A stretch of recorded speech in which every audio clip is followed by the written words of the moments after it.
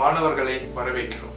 இந்த தலைப்பில் outer டயா 50 mm மற்றும் 6 mm வால் திக்னஸ் கொண்ட மைல்ட் ஸ்டீல் MS பைப்பில் ஃபிளாட் மற்றும் down hand position 1G pipe butt weld butt joint பற்றி அறிந்து கொள்வோம்.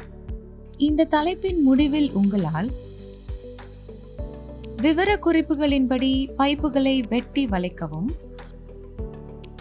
பட் வெல்டுக்கான குழாய்களை டேக் செய்யவும், ரொட்டேஷன் மெத்தடில் ஃபைலிங் செய்யவும்,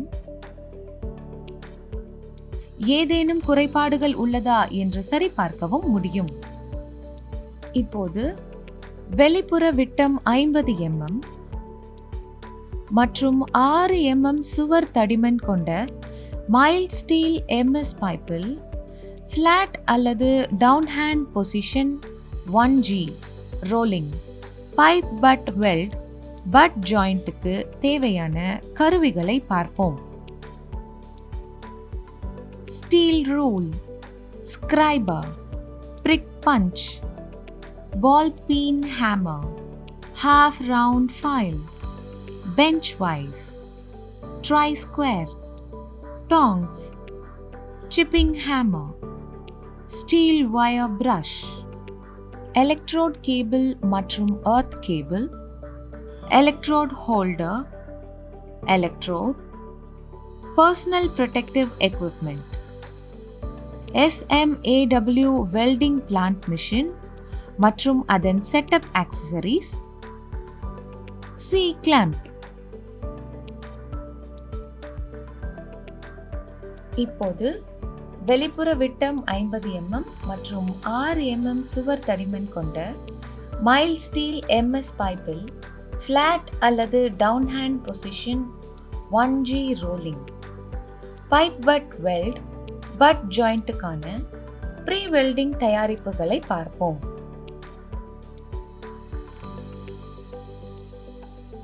பாதுகாப்பு ஆடைகளை அணியுங்கள். ஒரு ஹேக்ஸா மூலம் கொடுக்கப்பட்ட அளவிற்கு பைப்புகளை வெட்டுங்கள். ட்ரை ஸ்கொயரை பயன்படுத்தி பைப்பின் முனையின் சதுரத்தன்மையை சரிபார்க்கவும். பைப் ஆக்சிஸுடன் சதுரமாக இருக்கும்படி பைப் எண்டை ஃபைல் செய்யவும். 1.5 முதல் 1.75 mm ரூட் ஃபேஸை பராமரிக்கும் வகையில் விளிம்புகளை 30 முதல் 35 டிகிரி கோணத்தில் கிரைண்ட் செய்யவும். பைப் முனைகளில் இருந்து பர்ஸ் மற்றும் துருவை அகற்றவும். 2 பைப்புகளை பட் ஜாயிண்ட்டுகளாக அமைக்கவும்.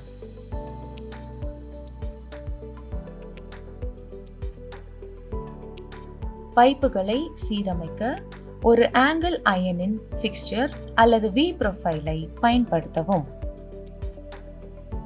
3.15 mm diameter medium coated MS electrode BIS குறியீடு ER4211 டேக் செய்வதற்கு கரண்டை 110 amps அமைக்கவும்.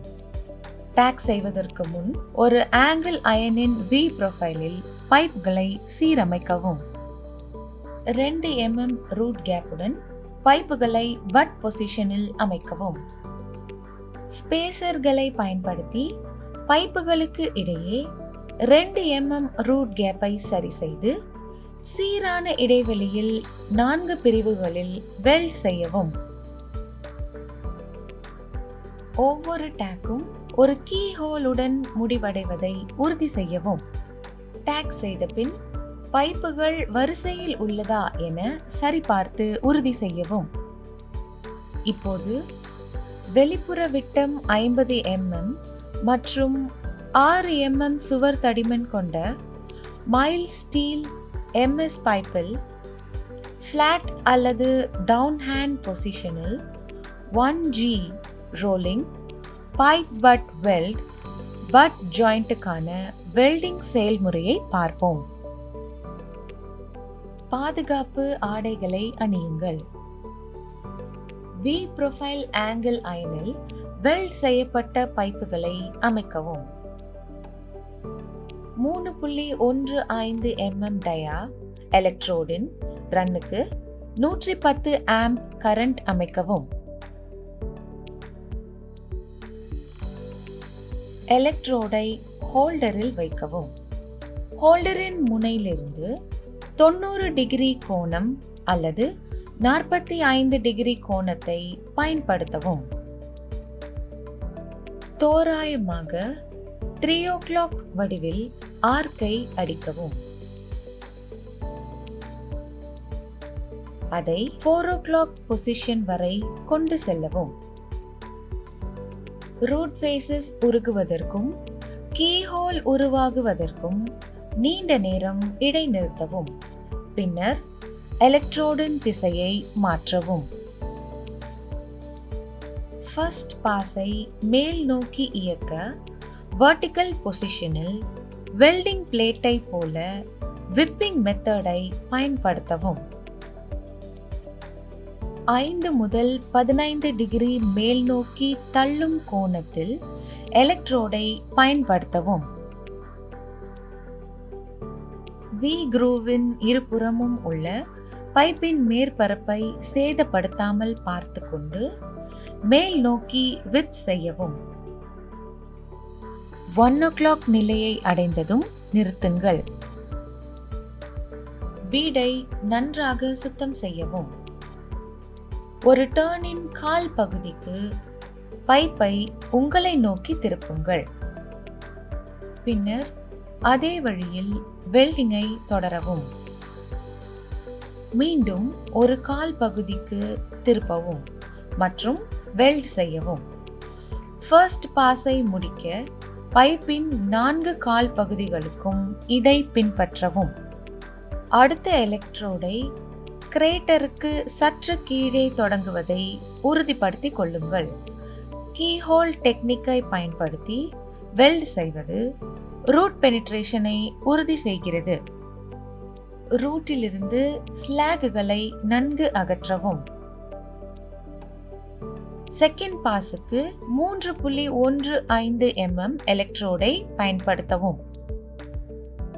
வெர்டிக்கல் பிளேட் வெல்டிங்கை போல ட்ரையாங்கிள் மோஷனில் அல்லது ஆல்டர்னேட் வீவில் பற்ற வைக்கப்படும் செகண்ட் பாஸ் ஹாட் பாஸ் என்று அழைக்கப்படுகிறது. செகண்ட் பாஸை போலவே கவர் பாஸ் எனப்படும் தேர்ட் பாஸும் பற்ற வைக்கப்பட வேண்டும். வரிசையானது ரூட் பாஸ், ஹாட் பாஸ் மற்றும் கவர் பாஸ் ஆக இருக்க வேண்டும். காட்டப்பட்டுள்ள அதிகபட்ச ரூட் மற்றும் ஃபேஸ் ரீஇன்ஃபோர்ஸ்மெண்ட்டை கடைபிடிக்கவும். பாஸை முடித்தவுடன் நீங்கள் இணைப்பை செய்யும் போது சிறிது சிறிதாக ஒன்றுடன் ஒன்று இருப்பதை உறுதிப்படுத்திக் கொள்ளுங்கள். படலிலிருந்து மெதுவாக அதை இழுத்து ஆர்க்கை உடைக்கவும். ஜாயிண்டின் பக்கங்களில் இடைநிறுத்தப்படுவதை கவனித்துக் கொள்ளுங்கள். என்ட்ராப்ட் ஸ்லாகுகளை எரித்து தேவையற்ற அண்டர்கட்களை நிரப்பவும். மேற்பரப்பு குறைபாடுகளுக்கு ஜாயிண்ட்களை சுத்தம் செய்து பரிசோதிக்கவும். பின்பற்ற வேண்டிய எச்சரிக்கைகளை பார்ப்போம். எலக்ட்ரோடின் சரியான ஆங்கிள் மற்றும் டிராவல் ஸ்பீடை பயன்படுத்துவதன் மூலம் ஓவர் டெபோசிஷன் மற்றும் சைடு அண்டர்கட் ஆகியவற்றை தவிர்க்கவும். எப்போதும் பாதுகாப்பு ஆடைகளை அணியுங்கள். சூடான ஜாபை பிடிக்க டாங்ஸை பயன்படுத்தவும். ஜாயிண்டின் பக்கங்களில் இடைநிறுத்தப்படுவதை கவனித்துக் கொள்ளுங்கள். ஆய்வின் போது அடையாளம் காணக்கூடிய குறைபாடுகளை பார்ப்போம். அண்டர்கட்.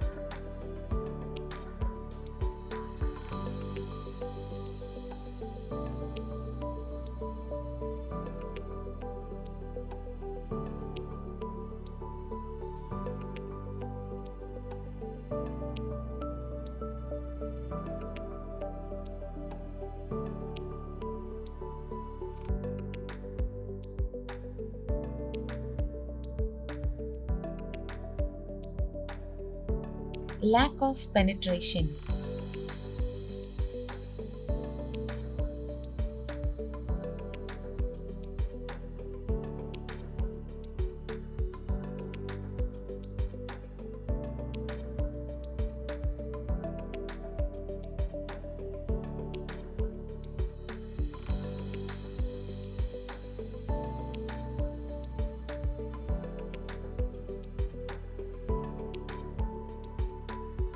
Entrapped slag.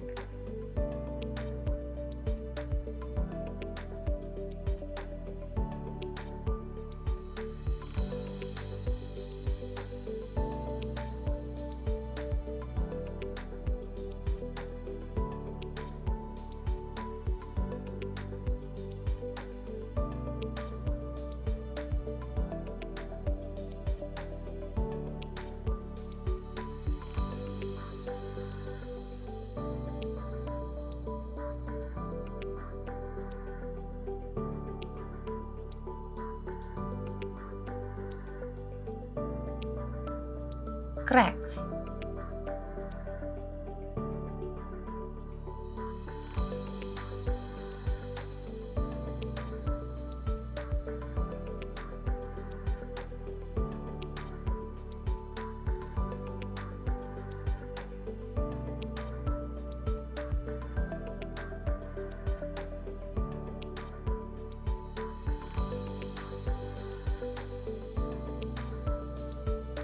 இந்த தலைப்பில் இருந்து நீங்கள் கற்றுக்கொண்டவற்றை விரைவாக மறுபார்வை செய்வோம். ஸ்பெசிபிகேஷன்ஸ் படி பைப்களை வெட்டி வளைக்கவும், பட் வெல்டிங்கான டியூப்களை டாக் செய்யவும், ரொட்டேஷன் மெத்தடில் ஃபில்லிங்கை இயக்கவும், ஏதேனும் குறைபாடுகள் உள்ளதா என்று சரிபார்க்கவும். நன்றி மாணவர்களை, அடுத்த வகுப்பில் சந்திப்போம்.